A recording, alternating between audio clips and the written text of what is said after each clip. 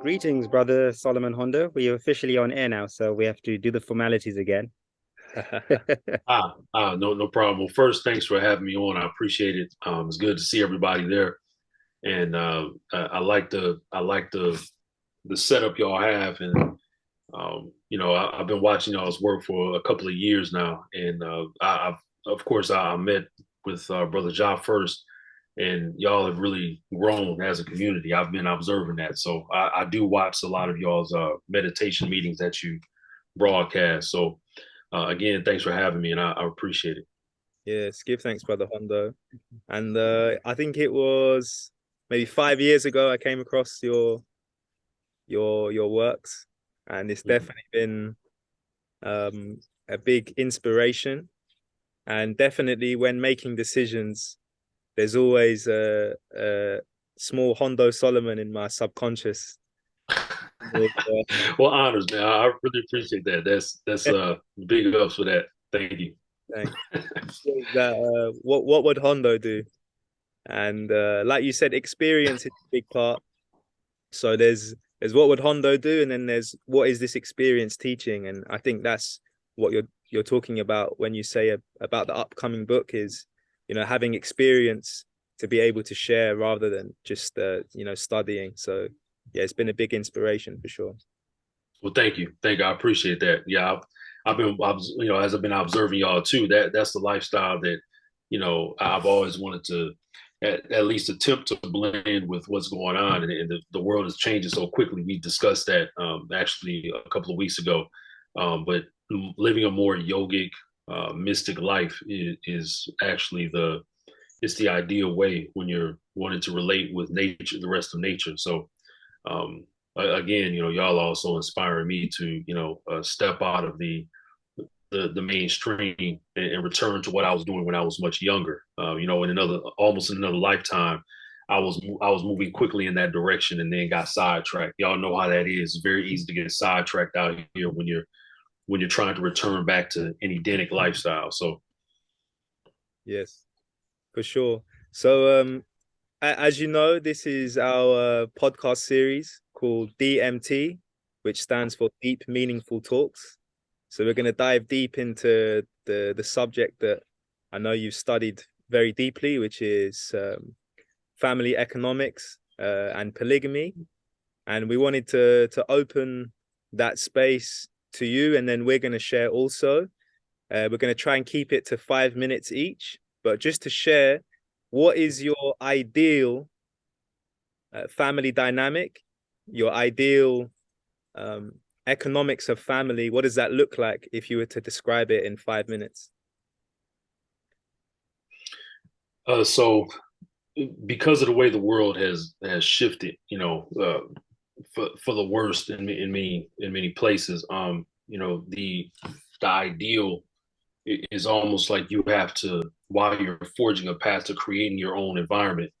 Sometimes these things fall into place in under less than ideal conditions, so you have to create what you can in the meantime. But the way that I actually am setting things up with my crew is um, that the women have separate domiciles in separate places, and that's because when it comes to engaging in economics, sometimes you can have the communal setting. You should always have a central location, but also you should have, let's say, I don't, my women are from the Philippines, so if they're with their relatives, I can come see them, and then we can actually expand in that area. And then we can also expand in each area where they're from.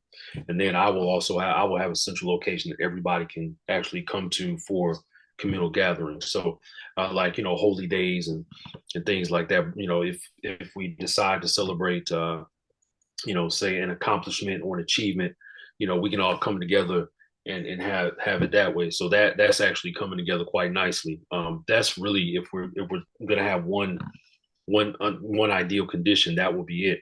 And in the meantime, you're also creating, for the men, we're creating brotherhoods, and the sisters will have, elder women that they can go to for advice and how to function as they enter through each stage of life.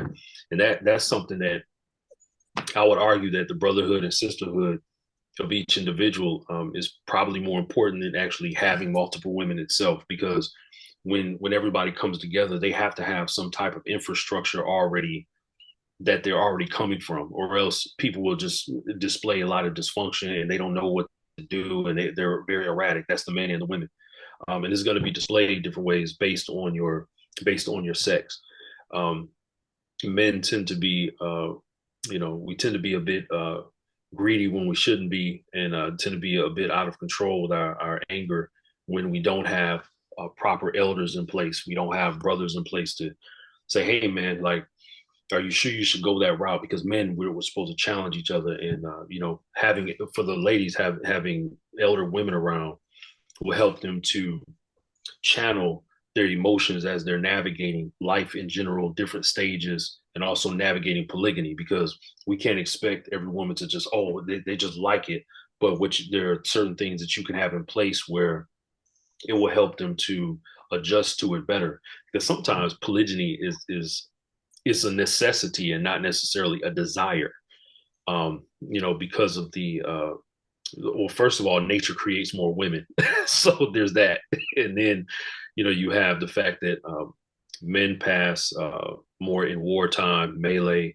Um, if we're under urban conditions, we tend to die earlier, things like that. So it creates an even more uneven, it creates an even more uneven ratio of women to men, or, women of marrying age to men of sound mind and body who are of marrying age. So uh, that's just a little bit of it in under 5 minutes. Yeah, that's really good. I really enjoy what you say about the having different stages and having eldership. Um, from experience, this seems to be absolutely fundamental in any type of community, regardless of what kind of relationship dynamics are occurring. Having others to rely on is really important. One thing I did want to ask is, you speak of your crew. How does that look like for you? Like, who's your crew, and what does that look like? Yeah, I always use synonymous terms. I'll use crew, family, household, team, cipher. I use a lot of these synonymous terms, and it's just to when it comes to politics, which is the aspect of economics that reflects to the outside world who what you're about and who you are. It's good to use identifying terms, honorifics, if we will. Just like we use brother with each other, use sister, such and so, and Mister and Master and Elder and things like that. It just depends on what context you're in.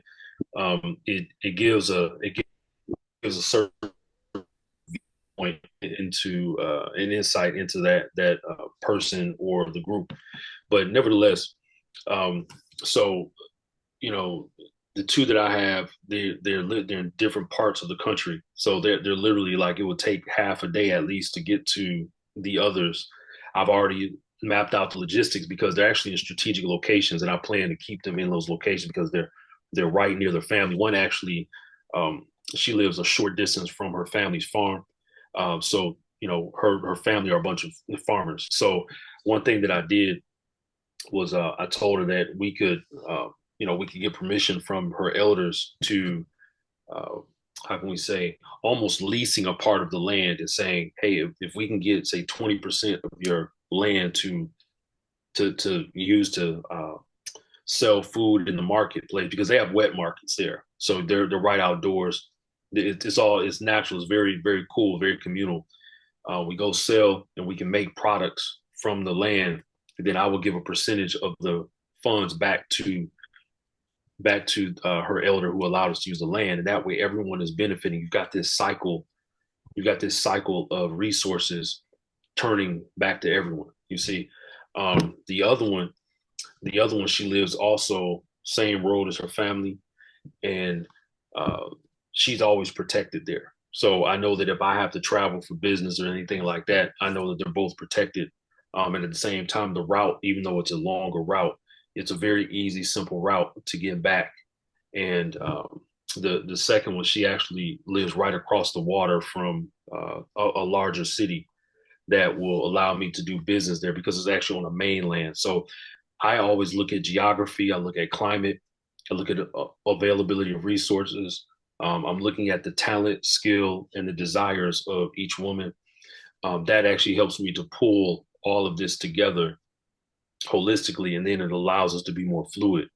The good thing is they're very cooperative. They know that I'm actually coming in with a plan. They actually like the fact that I'm always coming up with ideas, because um, the way the world is going, you have to have some type of sustainable and some type of very adjustable setup. If you don't, you can easily get crushed by outside forces. So that's something that I've been fostering, and that comes from me, how I grew up. I grew up with builders and problem solvers, inventors and soldiers and police officers. So it's a constant thinking. So that when you bring these individuals together, the man and the women, or even if he's monogamous, if he has one woman, you're combining all of these strengths, and you slowly drossing off the vices and the negative proclivities of each person to create this thing that's more righteous as time goes on. And that's why moving into each stage of life is very important. So hopefully that makes sense. It gives a little bit of insight. Yeah, give thanks for sharing, brother. So I'll go next. If I had to describe my perfect scenario, perfect economics, um, is essentially what we're living as it stands right now, which is being a man with a very large vision. It requires a lot of feminine creative energy. So this can come in the form of intimate relationships, or it can come in the form of being of service to feminine energy that can help to grow a vision. Because without the feminine, without the female, nothing can be birthed into this realm. So even the greatest man came through a woman, and that's something that that's very, very clear. When we speak of like polygyny, it can sometimes seem like a masculine construct, but in its nature, it's actually something that really comes and has been birthed through the feminine. There's a certain level of sisterhood that us as brothers, I don't think we can ever fully attain. And I think when that's birthed and that happens, and the women are in sisterhood, everything is possible for a man Mm-hmm. to accomplish. Yes, So my perfect scenario absolutely. is being a patriarch with a very, very strong vision that requires a lot of energy to accomplish, and attracting the right kind of feminine energy that wants to support that vision. And then through that, I know I'm going to attract other brothers with a similar vision who are able to also set up homestead within the same vicinity. So like right now, for example, where we are, we're in the mountains of Portugal, and we're on one piece of land. But if I look around, there's so much abundance of resource and land. It'll be perfect if there was a tribe over there that had another patriarch with a very strong vision, and we learn ways to share our gifts and talents and resources in that kind of way. So essentially, we're going backwards to go forward. We're coming away from the fiat or the fake currencies, and we're going more into the real currency, which is nature and people. So Mm-hmm. us as the peoples, our real talent is in our gifts and our ability to nurture the nature. And in return, by nurturing the nature, we receive the nurture from the mothers or the feminine, and that helps us to continue to be the stronger masculine. So my perfect scenario is being around brotherhood that are focused, that are disciplined, that also have consistent and strong homesteads and families, so that our family, my clan or tribe, can prosper, because everywhere you look, there's strength around. So this for me is perfect. Another thing that will definitely boost the way that I'm living now would definitely to be in a climate where tropical fruits grow. But for now, we're in Portugal where a lot grows. But that's definitely the next level, is being in a space where everything can be self-sufficient. There's no need to purchase anything, that everything comes from the earth and from the land. So that would be ideal, to be in a place that's been created from the ground up by the vision that's held by myself and my brothers and sisters around. So that's very important. When it comes to the family, I also agree having eldership in place is very important. eldership that's humble enough to know that the youngest ones who are coming through are coming with different information and codes that even the elders are not aware of. So rather Yes. than being like the elders are just on top, the elders are on the top and the bottom. For myself, as I consider myself a king, a sovereign king. Some people hear that and they're triggered. But for me, what that means is I'm actually the servant of the servant. So if you look at Yeah. it from a hierarchical perspective, I might make clear decisions because I have a very clear vision. But at the same time, I'm always in service to the person who maybe is just following a vision. So where that translates also into the feminine aspect is that women who come into the space of a polygamous dynamic with myself, they need to have an ability to surrender to the vision, but also enough strength to hold me accountable. So Yes.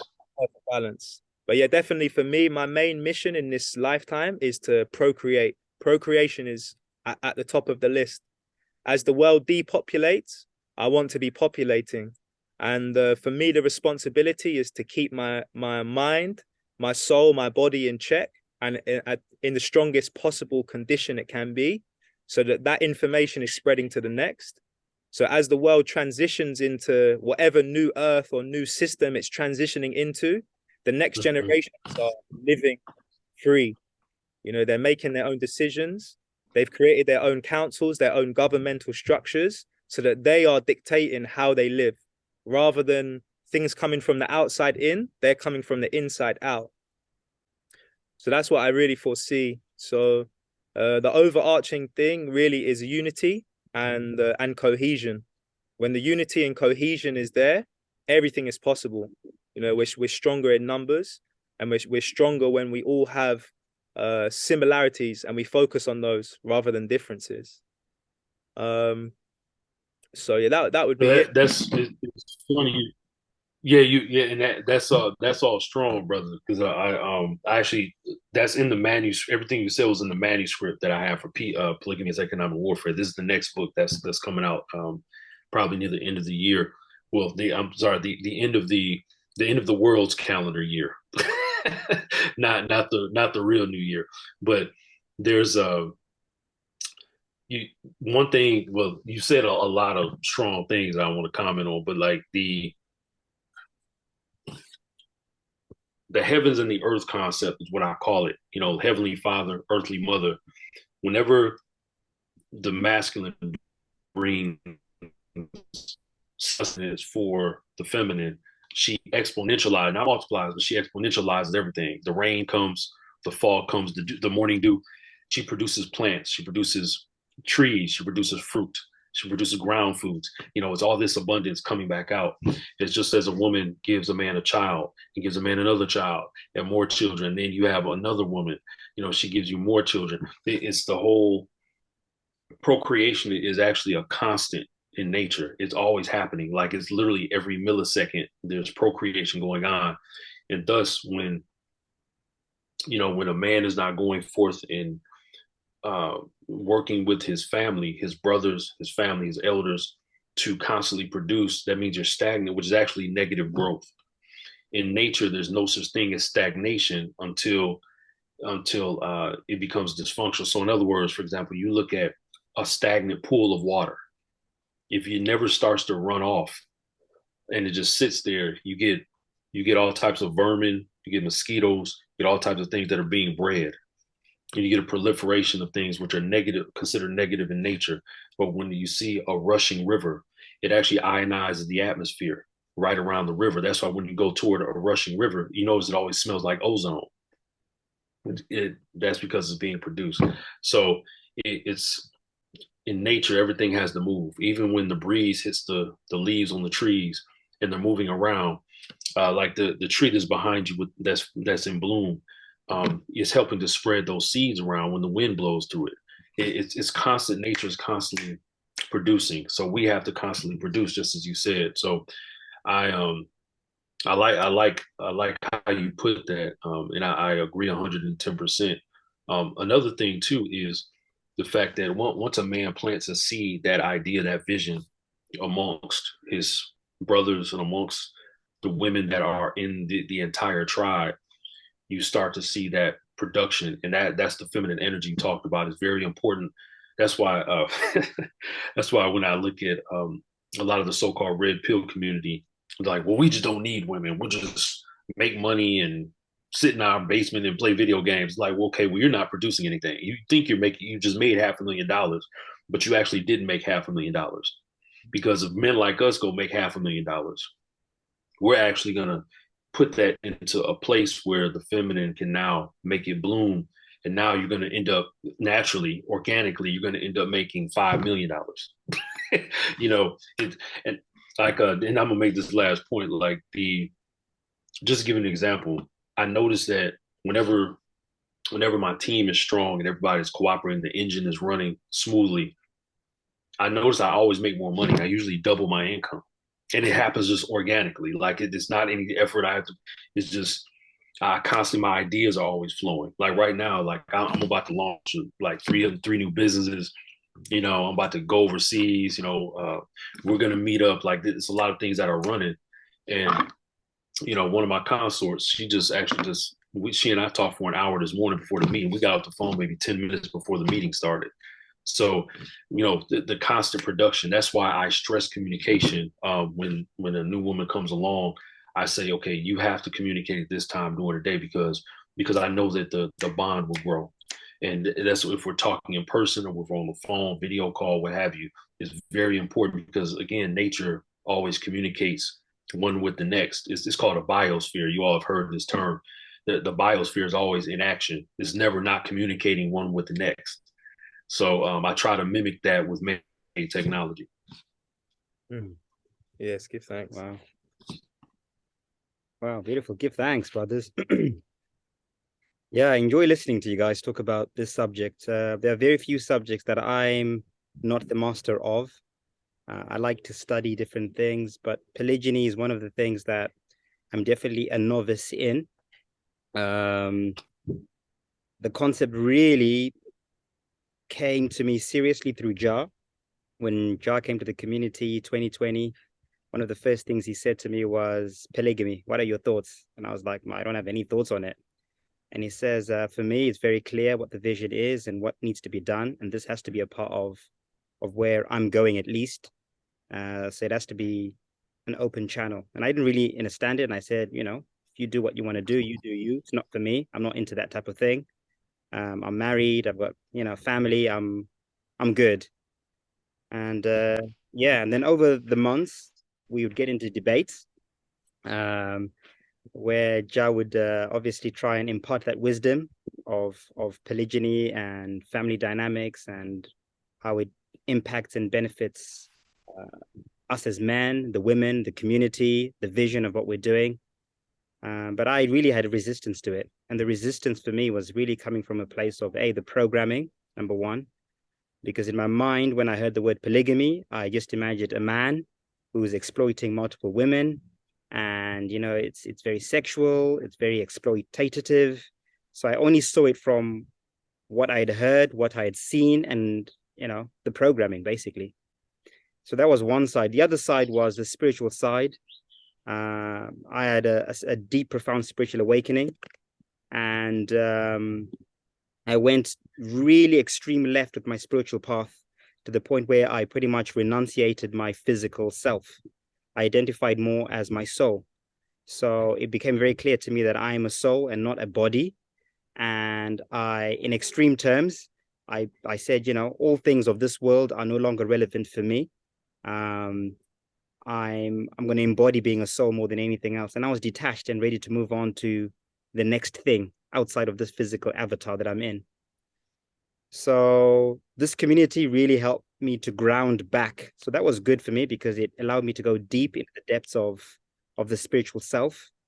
And I learned so much from that. But what this community did for me, living in community, living in nature, living with powerful, grounded women and men, at some point, my soul had to come back into the body and really reconcile the fact that even though I am a soul and not a body, I am inside the body and I'm living and I have to survive. I have to still eat. I still have desires. I still have impulses. There's still a lot of things that this body requires, and also the environment that I'm in also requires. So yeah, this is when things started to click in for me. So I decided that, well, if I'm going to be here in this body and I'm going to be a man with everything that's happening in the world, I've got to start integrating what I know as a spirit into the physical world and really ground it and not be too spiritualized, for lack of a better term. Yeah, the church is so spiritual that you're no earthly good. That's a term that the church world uses. If you're so spiritual, you're no earthly good. That's the one. So that's the path that I've been on. So it's not until maybe a year ago, maybe a year and a half ago, it clicked, and I began my second awakening, which is my physical awakening. So I had a spiritual awakening, but I didn't have a physical awakening. So my physical awakening, a lot of ancestral DNA kicked in, a lot of my ancestral memories kicked in, and everything started to make sense. So I woke up one day, I was having a conversation with Ja, and things that didn't make sense a day ago were making so much sense now. I was like, wow, this is why this is this way, and this is why that, and this is downloading. They've done this, and everything just made sense. And and I think a few people thought I lost my mind because I did a complete U-turn from, guys, this I don't like the sound of this. I don't like where this is going to. We all need to be doing this. Everyone should be doing this. This is the answer to everything. So this is the path that I've been on. And as my ancestral memories have been kicking in, a lot of things have been remembering why polygyny is so important. And Ja has been a really good grounding force because I always approach things from a spirit perspective first, without much context in the physical. So there are a lot of things I'm like, women, and then Ja's like, well, yeah, because physically this is what it means, or biologically this is how it is, economically, So it's really grounding. So we're a really good team in that way. And and I'm really enjoying the process. So for me, ideal, to sum it up, my ideal scenario is I see polygyny for me as a spiritual practice, first and foremost. I see it as women have a certain energy that they embody, and men have a certain energy that we embody. And when we're in human form, we have optimal optics, let's call them that will help us to perform better mentally, emotionally, and physically.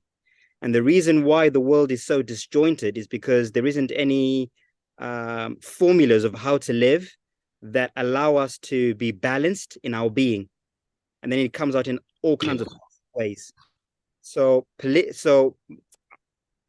going to call it extended families, which fall into polygyny. Extended families have been destroyed by the system, and that's how they've infiltrated many cultures and many souls. And lots of people have lost themselves because they've taken away the foundation of what it is to be a human being. And the foundation of what it is to be a human being is trust, is unity, is co-creation and procreation. When you have those things, you have abundance and you thrive. So yes, this scenario is a situation where we have powerful women who are who have realized their essence, their power, and powerful men who have activated their vision and their strength. And when you have men who have vision, who have strength, and who have direction, and you have women who have cultured the nurturing aspect and the energy of cultivating what has been produced, as you guys have both said, then you have abundance. Then you have abundance. Everything else falls away. Things like jealousy, things like greed, things like competition, unhealthy competition. All those things fall away because you are now in co-creativity and procreativity, and you flourish and you become abundant. And where there is wealth, there is health. And where there is wealth and health, there is unlimited possibilities. Everything opens up. The whole world becomes your oyster. And this is what we're now culturing here at Pineal, for sure. And that's what I tell people all the time, brothers, is that, polygamous men never use the word impossible when it comes to ideas. I grew up in polygyny. I grew up in a more Western urban style of it, but I saw it, and I've never heard any, and all of my friends are polygamous men. So I've never heard us say we can't do that. I hear it for a lot from men who reject polygamy, because what happens is and this is a natural outcropping of it, and you guys have mentioned this, women will look at you like, oh, this guy is, he only thinks this low, so I'm going to treat him like he's this low. But that's something I noticed. I've been noticing that for the last 40 some odd years about the reaction to women when they just want their man to have one woman. They always treat them like they're, but when polygamy is messed up on the scene, we're trying to activate our women. We're trying to turn that activity that you mentioned from the masculine, trying to turn it back to them and say, hey, look, you know, we can do this. And women are very experiential. They like to say, oh, look over there, look, we could, let's try that, you know, and they see colors and lights and sounds, they react to that, and that's natural.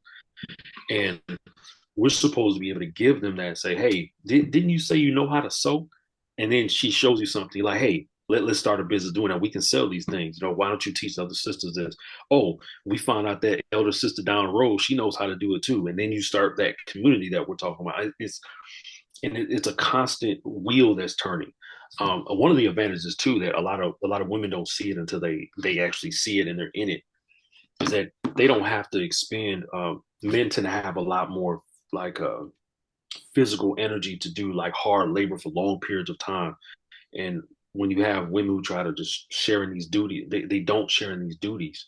Not just, you know, take care of their man, of course, but just doing household things, then actually going out and running a business or managing a business is much easier if you have other sisters to do that with. You don't, you know, there's too much of the masculine energy over them. Like, you know, we have bass in our voice. We're talking to them all.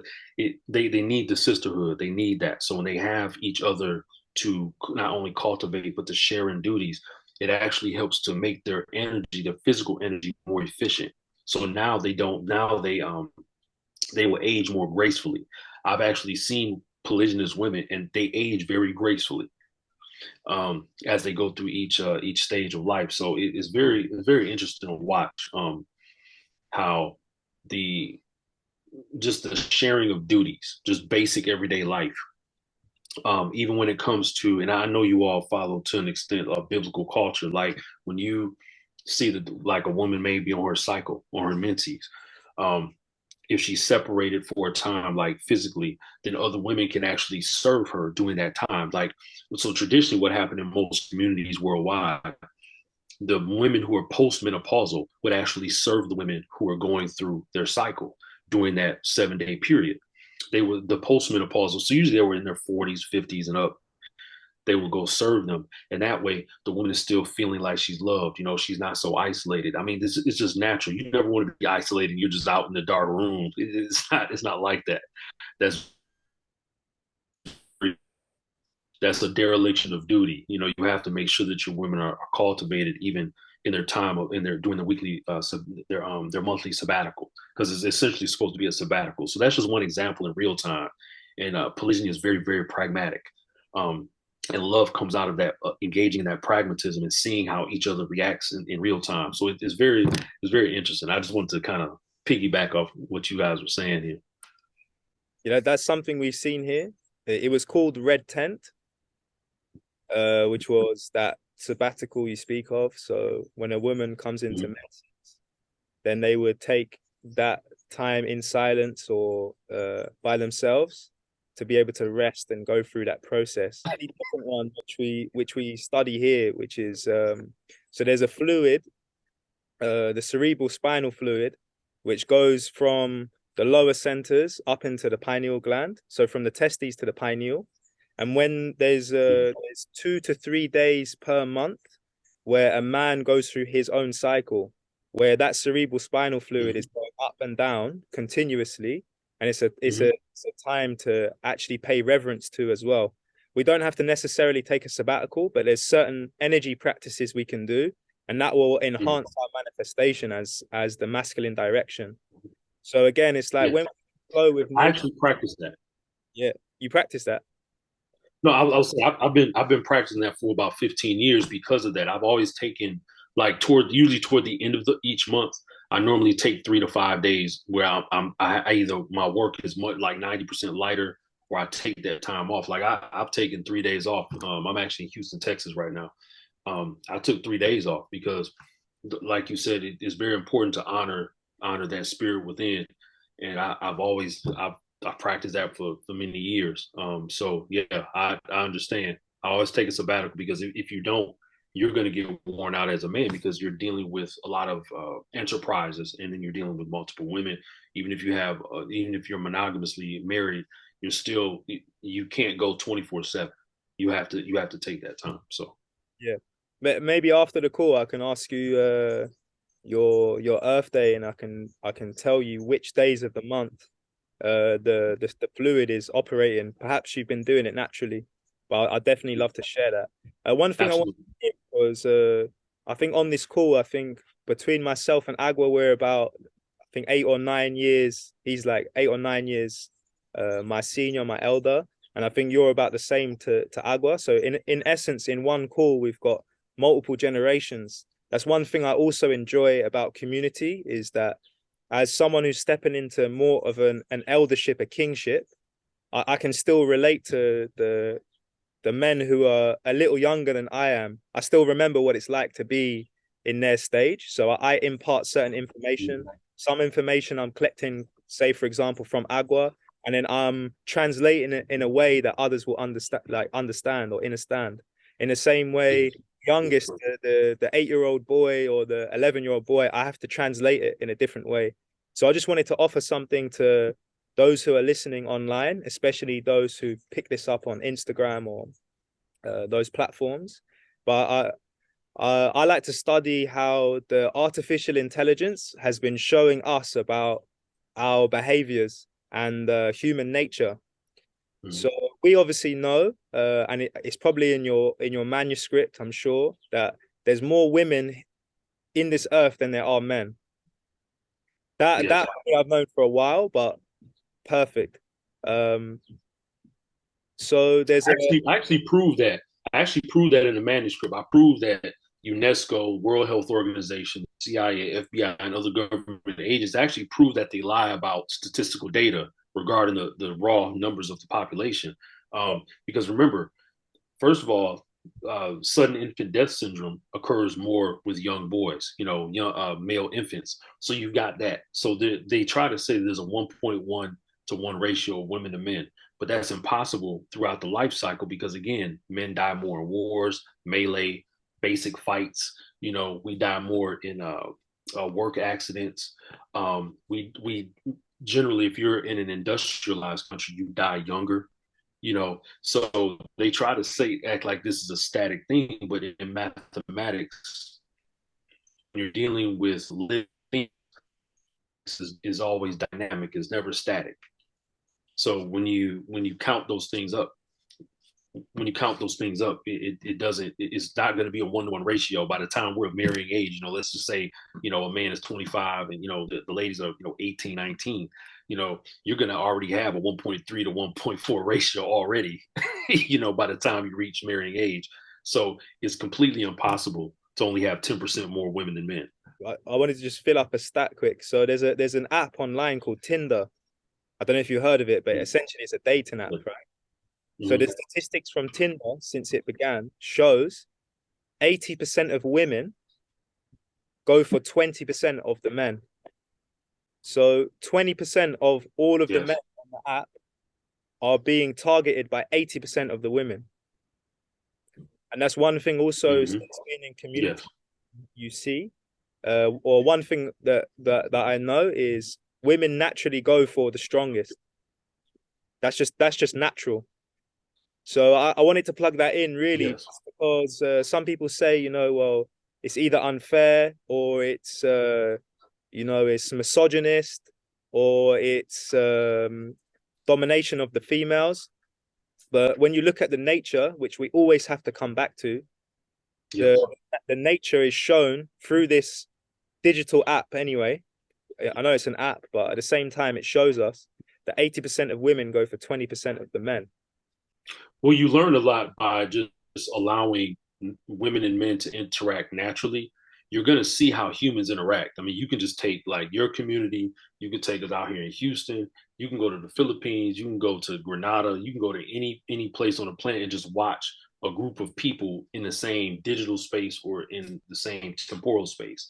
and you're going to see the same reflection, because human beings don't change how we interact with each other. We're going to, in extreme times, either to the left or to the right, we're always going to end up doing the same thing. And I've seen it before. Like, that's why the jocks, in high school, they get they get all the girls. I actually had a young girl tell me that, though. She and her sister was 17 and 16. I knew a woman who had these two daughters, and we were all talking about polygyny, and they said in their high school, and one of them was an athlete. The 17-year-old was an athlete. She said, and she was like a recruit, like colleges were trying to recruit her. She said, look, all the guys on the basketball and football teams who are like the best at what they do, all the girls want them.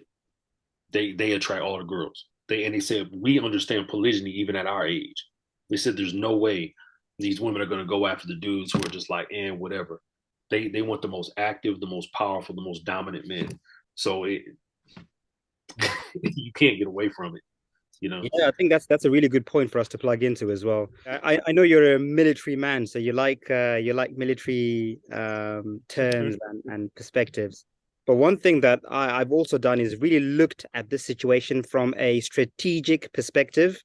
So there are things that we've picked up on, or that we've spoken about in this call, things like we're at war.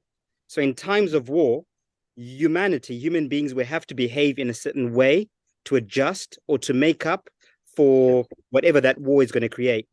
So during times of abundance and peace and all of these things, polygyny is not so important. You don't need to be polygynous because there's abundance. So the men will naturally not need to be as strong as they need to be as usual, because there's so much resources. Right. The women, so people can become restrictive in terms of abundance. In times of scarcity and in times of war, more people will die, resources become scarce, there is less trust, there is more fear. This is when men have to step into more of that masculine role. We have to become more protective. We have to become stronger. We have to provide more. We have to become more resourceful. We have to become more creative, more procreative. Women have to nurture more. Women have to sacrifice a lot more. Women have to hold space for each other. They have to be also strong, because the men might have to go out and fight, and the women have to stay behind and defend the home. So if the women are staying behind and defending the home, and they're in competition and not in union, the whole thing collapses. So when in times of war like we're in now, it's very, very clear that for us to survive, or for us to thrive into this new earth everyone is talking about, we have to create structures and family units that are militarized, essentially, for all the different kind of reasons. One of the reasons, which is very obvious, there is a depopulation agenda, and there is an agenda to hinder the organic process of creating babies. Basically, they want to create factory-made babies that are created artificially, cyborg human beings. So eventually, there is a sect of entities on this earth who are saying at some point, all the men and women will not be able to naturally reproduce. Women will not be able to get pregnant. Men will not have the right tools, whether it's emotionally, mentally, and physically, to impregnate a woman. And when that happens, we'll have machines that will do that. They will take a swab of your DNA, put it into a test tube, swab of a woman, put it in a test tube, bang, you've got a baby. And those babies will be designed artificially. We know that that is not the original design of how we should be living as human beings. We know that clearly on this earth, we go down that path. Eventually, it's a path of destruction. It's not regenerative. It's not sustainable. So for us to stop that, there have to be men and women who activate naturally. It's going to happen naturally. This is what happened to me in my awakening. Something said to me, if you want to save the world, this is one step closer to it, as crazy as it sounds, right? So if you start to lead the way with other powerful men on how we can militarize this strategy of making sure that humanity remains organic and thrives, this is what needs to be done. And then it's fundamentally also backed up by biological facts. So when the facts come in, and Jai is saying, did you know that a man produces 120 million sperm cells every single day, and women have one egg, and it takes one man, 30 days to impregnate every single woman on earth? It only takes one man, right? You take the semen of one man, 30 days, every woman on earth is impregnated. So when you look at those basic facts, it's like, well, this is how you can win back this war. So this war that machines are creating to depopulate, we can repopulate by adopting what we call polygyny, which is just extended families, which is what's the word? Which is a procreative and co-creative system or way of living. That's why I called the book Polygamy, the next book, Polygamy as Economic Warfare, because it's the ultimate tool to reinstitute systems. Because once you have what I have a concept called power in numbers. Once you produce numbers, you need a system. Like, that's why, again, a polygamy, the women who are very much in their natural design, in their mindset, they'll come to a man and be like, I've had women say, like, I would actually engage in polygamy if more men like understood how to do it, but they, and I said, that's because most men don't think in terms of systems. That's one reason why I'm actually training in cybersecurity, because I can even see on the other end, like, how they're trying to mimic systems to design computers. You see what I'm saying? And to design software. Like, they're trying to mimic human systems, but the human system is always the grandest system, because that's what we've been given.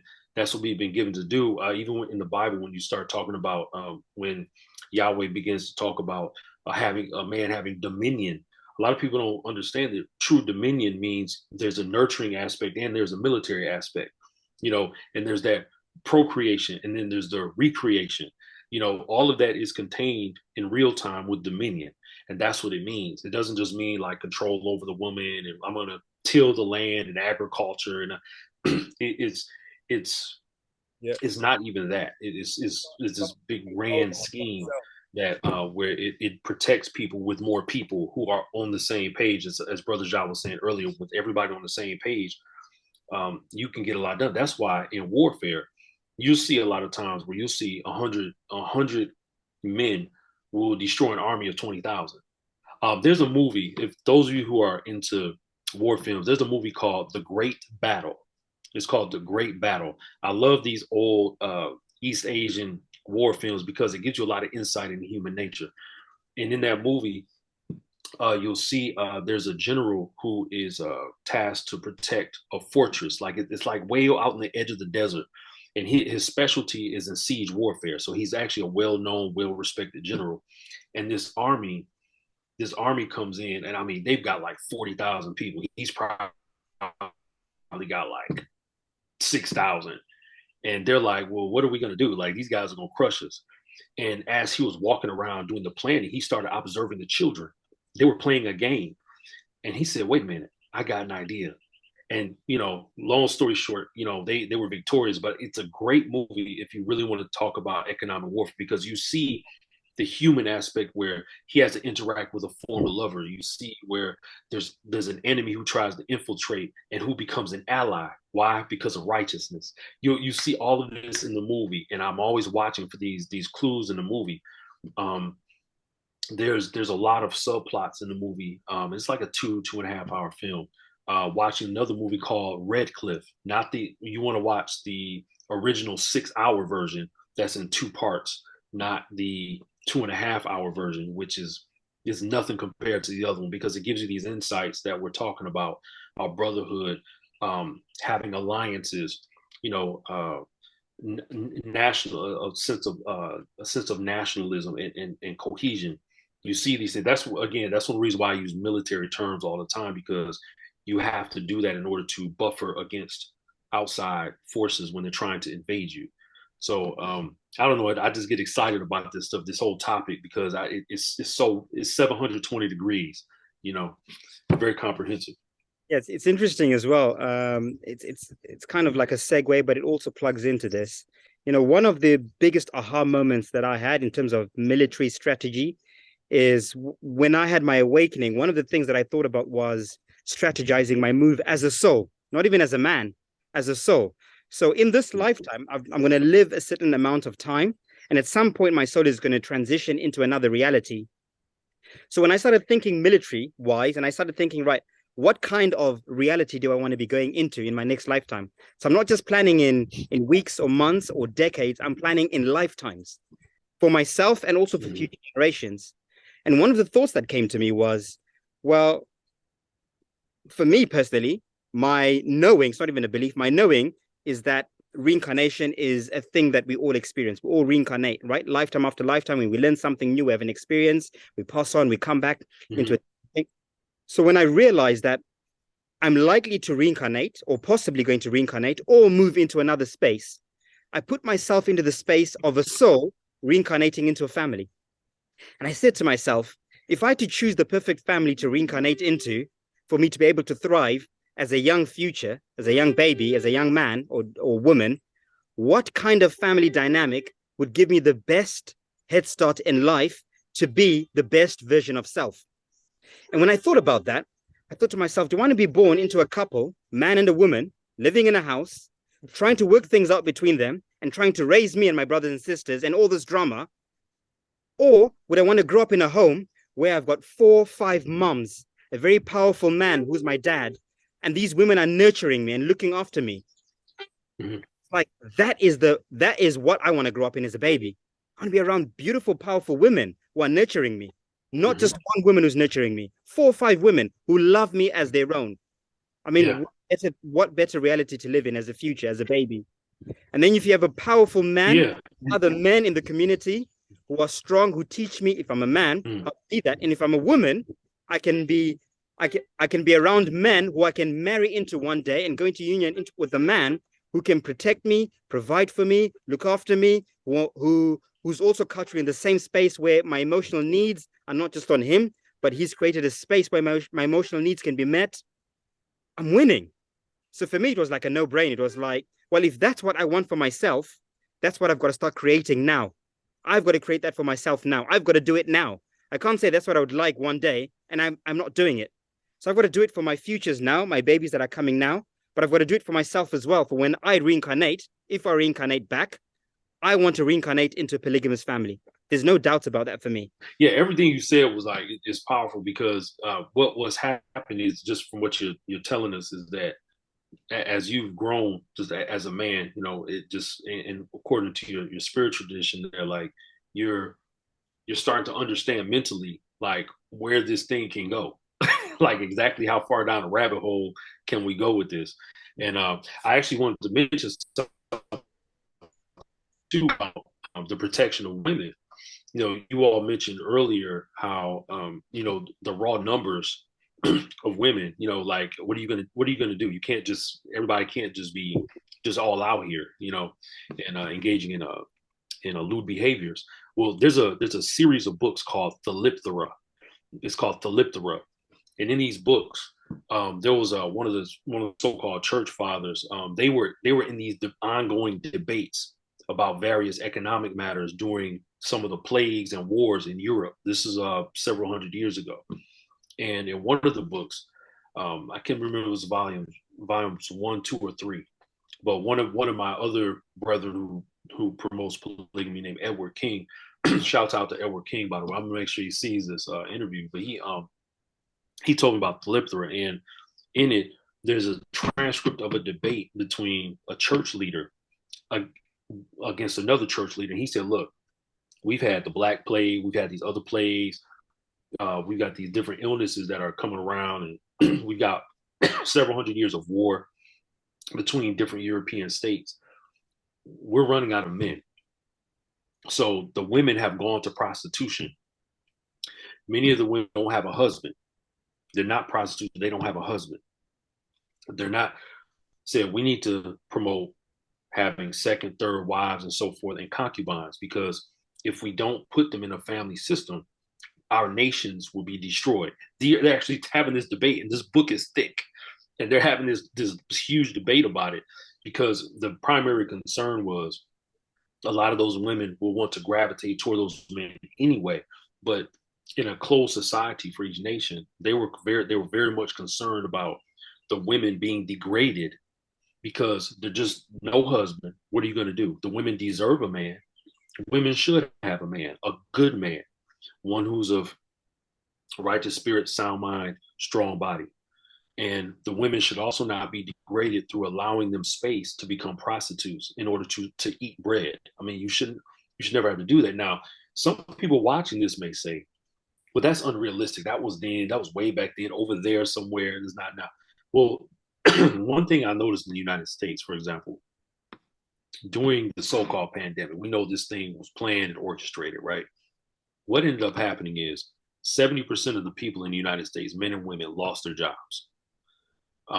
There was another, out of the next 30, I believe another 15% or so were underemployed, which means they were working under the amount of hours that in days it takes for them to actually survive and subsist. Okay.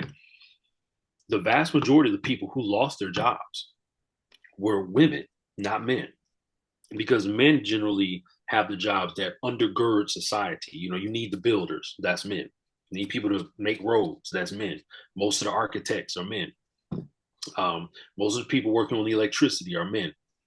And most of the service industries got shut down. I mean, I traveled for one of my careers. I'm actually retiring from that in the next couple of months, but one of my careers, I'm all over the country. And one thing I noticed, every town, hamlet, village, city you went to, it was a ghost town. Most of these businesses were dark. And I noticed most of these businesses were generally staffed mostly by women, because these are the type of businesses that are mostly staffed by women. And I watched how the women were reacting. You did not hear 1 ounce of feminism. You didn't hear any women, like women were not going against their men. You didn't see videos against men. You didn't see, I was looking for 3 years, you didn't see none of that. And me and other men were talking about it online, we're on the phone talking about it in person. And I was like, have you heard anybody? I mean, yeah, man, my wife's been very cooperative lately. I'm like, yeah, I bet she has been. You know, so I was like, yeah, I know, because she's not going to those streets. So what ended up also happening is you saw a rise in prostitution in various forms. Now, this is not just here. You started seeing a lot of women going to the internet. Hey, send me a Snapchat. You know, hit me up on Snapchat. You know, you saw that's when OnlyFans was cresting. In that first by year and a half or two, it was cresting. And you saw a lot of women saying, well, shoot, I'm not going back to be a waitress. I'm not going to go back to being, you had women who were executives who were going to OnlyFans to sell themselves. Mm-hmm. This was funny. And I said, okay. I mean, it's not funny, but it was like, it was interesting for them to be up here saying that they don't need a man. But they wanted men to finance them. So what I said was, what men should have done is not cater to that and just said, you know what, we're either going to take care of you like in a non physically intimate capacity, like we're directing it, leading, guiding, and directing, or something, because this is not going to work. So you saw at the same time that women were not speaking as feminism, they were at the same time engaging in more prostitution. So now you see sort of people have become more comfortable, but I sense the discomfort because women don't want to go back to that here and everywhere else. I noticed that a lot of women who men were flirting with on the job, they may have had a girlfriend or a wife, right? And I'm speaking, of course, in Western urban industrial terms. They have a woman at home, and the women on the job who they've been flirting with, the women did not want to talk to them. I was like, hey, Fred, you know, I heard you and your wife, y'all got a big house, right? I was wondering if I could, you know, I need a little help right now. If I could move in, I'll wash the dishes, I'll clean up with the kids. You heard this by the thousands. It was all over the place. And I'm like, well, if men would have said, hey, the only thing we're going to accept is we know you're part of a system already, and we're going to help make sure you're taken care of, or we will make sure that we guide and lead properly, and you're part of our system. And that's all men had to do. So you sense the angst now between men and women now because of that pandemic. You see it. But at that time, most of the women were destitute. There was an uptick in female homelessness during that time. The first 2 years, there was an uptick in female homelessness. There was an uptick in women applying for unemployment. There was a huge uptick. So these are the type of things that polygamy can help to prevent. And generally, in a polygynous nation and culture, you're only going to see about 10 to about 30% of the men engaging in polygamy. But that stems the tide. You have less prostitution or no prostitution. You don't see really any homelessness, or there's rarely any homelessness, because even the men who become homeless and destitute, that's prevented because they have a brotherhood. Mm-hmm. And see, I've experienced that myself before, where because I had a brotherhood, they were like, "Oh man, oh wait, no, we got you, we got you," and I was able to get back and start building wealth. Why? Because I was part of a brotherhood. So it a lot. I'm just giving real time examples for your listeners, so that they know this is not theory at all. I've seen this entire thing. I've been through it. I've been through the entire everything we're talking about. I've seen it, and it works. Polygyny helps to stem the tide of societal decay, because men no longer have the opportunity, because of brotherhoods. We no longer have the opportunity to exploit women. You don't have that opportunity, because you're gonna have men over there like, wait a minute, bro, we gonna come to your house if you try to exploit our cousin, our female cousin, our sister. We coming to your house. You know, you're gonna have that military aspect coming out. Women are more protected in polygynous environments. Of course, we know that there's abuses here and there by women and men, but that's human nature and not polygyny. See, but in polygynous system, you close it by making sure children also have their needs met, because the mother is not going to be so tired all the time. Well, she's the only one that has to get up in the morning and watch the children. And now she's 30 and she's wiped out. She's got bags under her eyes because she doesn't have any help. So anyway, that just, you guys, words. Solomon, yeah. The energy part of what you're saying is really interesting, because when I often have conversations with my partner Royale about these things, and it's really like a self-exploration about myself. I realized something really big the other day. I realized that as a man, it's in my nature to want to diversify, right? To expand. So when you become a man that has got power, you always, whether it's business, whether it's money, whether it's whatever it is, you always want to spread and have more. And this is the nature of being a man. Right? Women want to nurture. They want lots of things they can look after. Men want spaces where they can create lots of things. So I said, we're having a conversation. Yes. I said, if you think about it, all men are polygynous. All men. It doesn't matter. Even if you're a man and you've been with one woman, you are polygynous. And I'll tell you why. The reason for it's called biopolygamy. I call it biopolygamy, biological polygamy. Beautiful. So it might plug into the same thought that I'm about to share. So as a man, even if I have one woman and I've only slept with that one woman in my entire life, there are going to be moments where I've walked in the streets and I've looked at other women and I've fantasized about being with other women. There are going to be moments where you're going to be drawn to things like pornography. There are going to be moments where you're going to be looking at women with a what's the word? Coveting women. It's just natural as a man. Yeah. You can't control it. You see a beautiful woman, you're going to look, you're going to have thoughts. You can't control it. I don't care who you are and how spiritual you are. That's just a fact. By design, by that design, you're already polygamous, because you've given that energy, because that's energy. You've given that energy to an external force that is not actually giving you anything back. Correct. That fantasy that you've given to a woman, you've given that energy towards something, it's gone. It's energy. It's gone. Now, when you have women in your space, you've got so much you're already looking. You don't have time to be looking elsewhere. You've got 3-4 women that are needing your attention. You'd rather give that attention to those 3-4 women than women outside elsewhere. Yeah. It's coming back. Yeah. You're not creating a circuit or a loop within your own family. So when you look at it that way strategically, it's like, how more efficient will you be as a man if all your thoughts, if all your emotions, if all your actions are going into the feminine energies that are around you, that are helping and fanning you be co-creative? It's coming back to you. Well, polygamous men tend to be more sexually disciplined than men who are single and men who are monogamous. Absolutely. I mean, there's women even when I was in the Philippines, when I was actually there, and I was with my consorts, there were women who, there was one woman, I'll just give you an example, just to give you a highlight what the experience of what you're saying.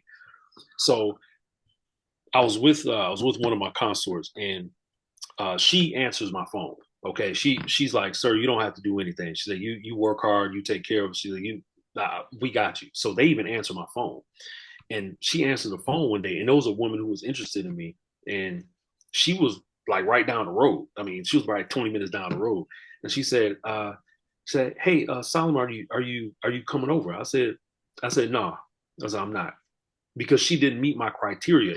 And when you have the woman or women that you want, you're not, like you said before, you're not tempted to go entertain anything but the best in your eyes. So the woman didn't meet my criteria. And because I already had my two consorts there, I wasn't tempted to break my codes and my requirements to go see this woman. And I told her no.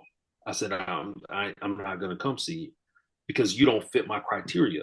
And now you're in a better position as a man. And this helps to protect the women you already have. You're in a better position as a man to vet other women who may be interested in you or who you may be interested in, but you have to vet them. You have to do international back to see that and I think I'm the only one who teaches this stuff. You got to do international background checks.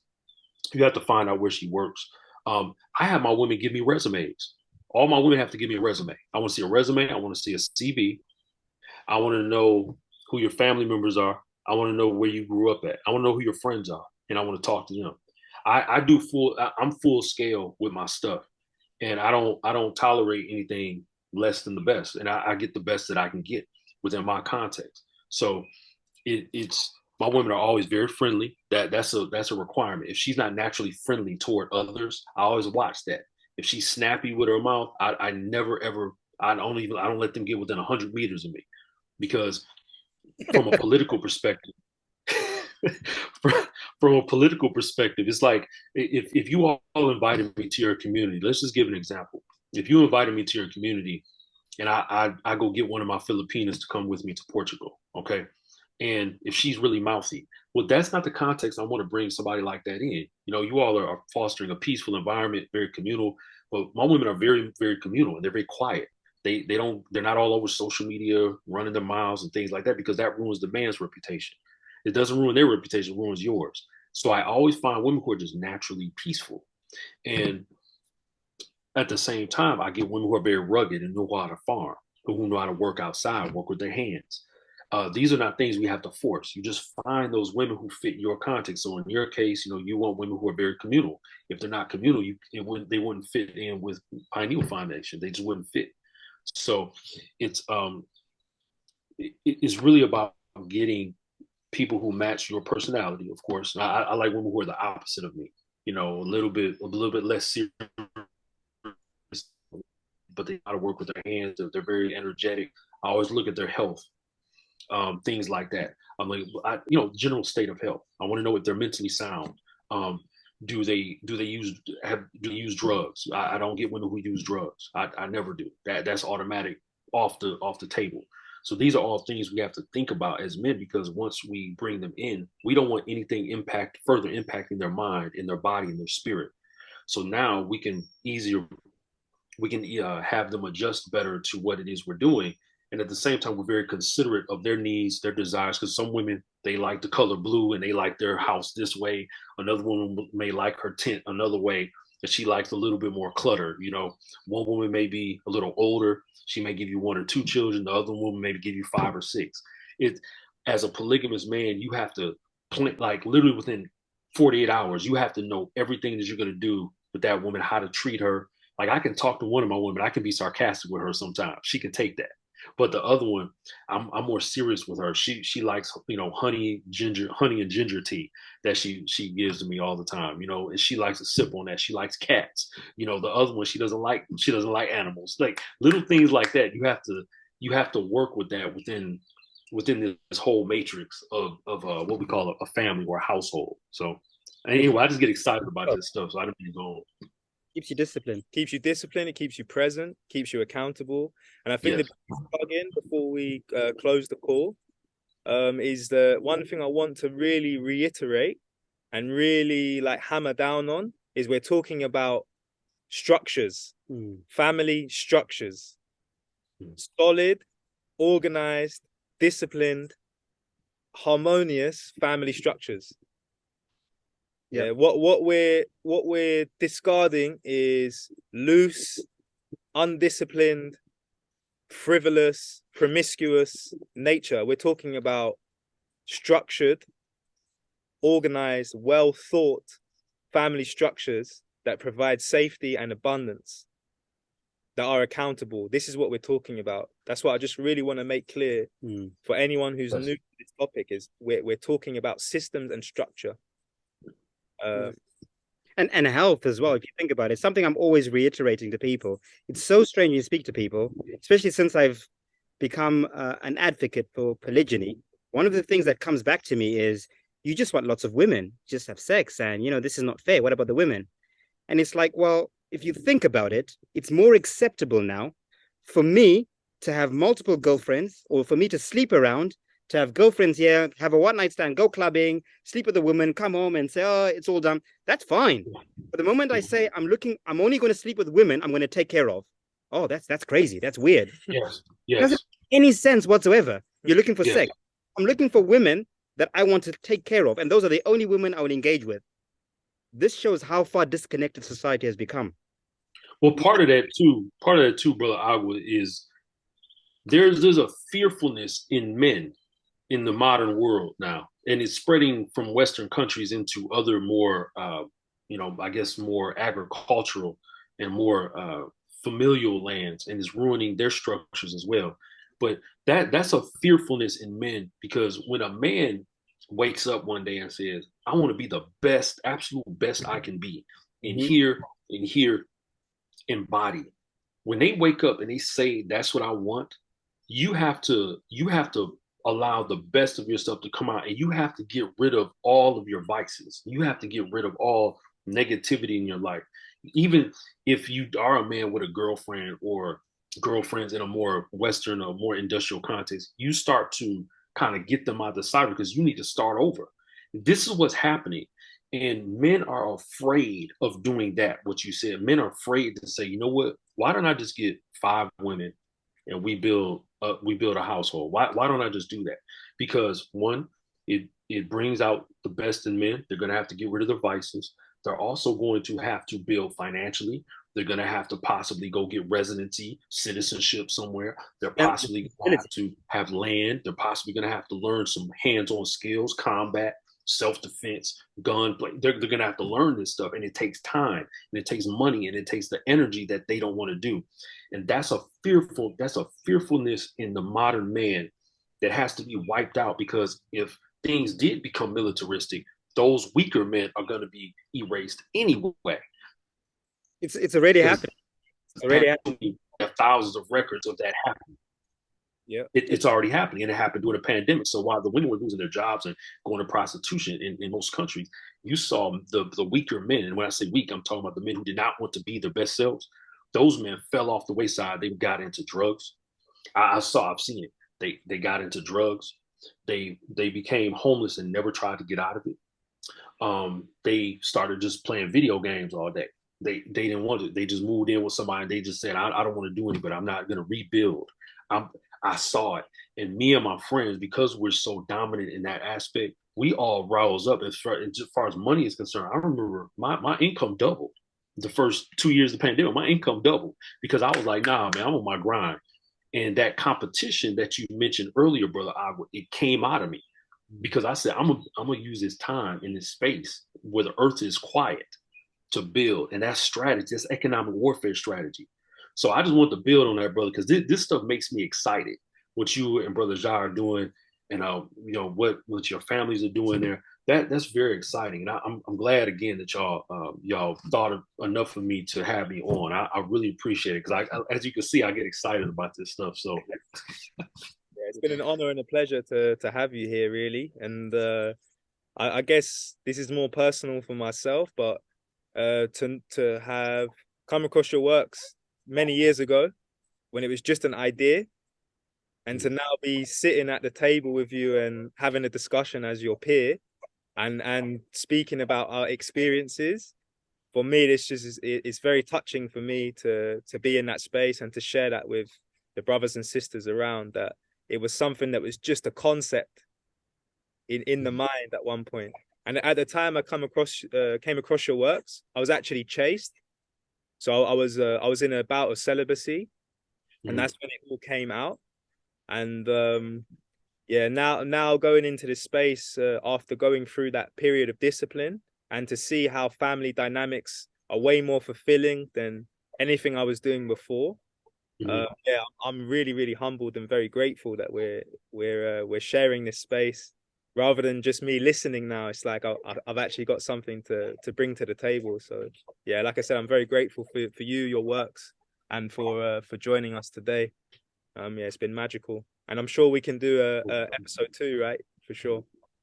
Oh, absolutely. And I'm glad too that my work has had that impact because sometimes, in the midst of everything, I'm just like, I'm just a guy out here, what I'm saying? I'm working like everybody else, what I'm saying? I'm engaging in my structure like everybody else. And then when people like yourselves, I should say, hit me up and say, hey man, I appreciate that small 74-page book that you wrote, man. Like that took a lot out of me just to write that. And now the next book will be about 300 to 400 pages when PEW comes out. So I've got some other works coming, but to know that it's impacted y'all like that, I really, really appreciate that. And that helps to keep me going. And that's brotherhood because our energy should always be, recycled and then expanded. So thanks again. I appreciate it. When Agua came to me and he said, I just finished watching Hondo's interview on YouTube.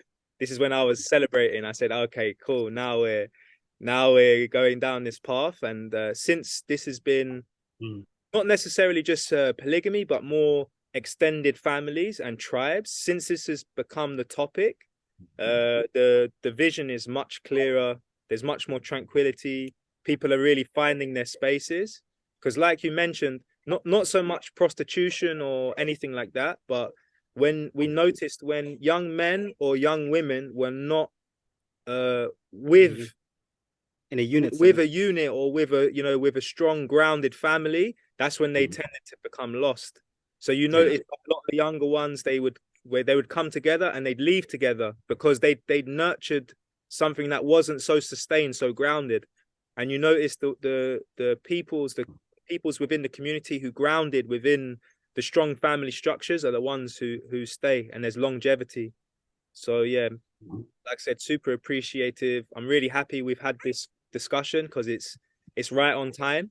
Because I'm sure there's many people who are trying to find a solution, and they're naturally inclined to want to do something like what we're doing.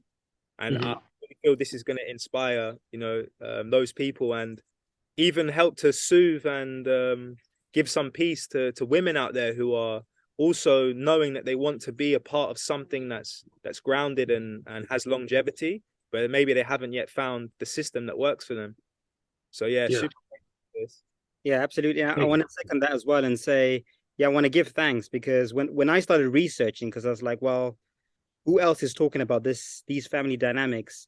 And there aren't many level-headed people who do it in a very strategic, intelligent way. So the people that are talking about polygamy are in that space of exploitation and it's not balanced and it's all for the wrong reasons. And you and a lady called Susan Tata are the only two people I've come across who I was like, this is how it should be. This is the closest thing to where we need to be going. So I also want to give thanks for that confirmation that actually what we're doing and what we're culturing is not just in homeostasis. It's just not here. It's expansive. There are other minds who are in alignment with the vision that we have. So yeah, give thanks for the work that you've been doing and keep going. Thank you. And there's more to come. There's more to come, and hopefully we can talk about that as well. Behind the scenes, and maybe talk about it more publicly. I really appreciate it. Thank you. Thanks. Give thanks, brother. I wish you the best for the rest of your day, and good fortune on your endeavors. And we'll catch up soon. All right, y'all. All right, peace. Love, man.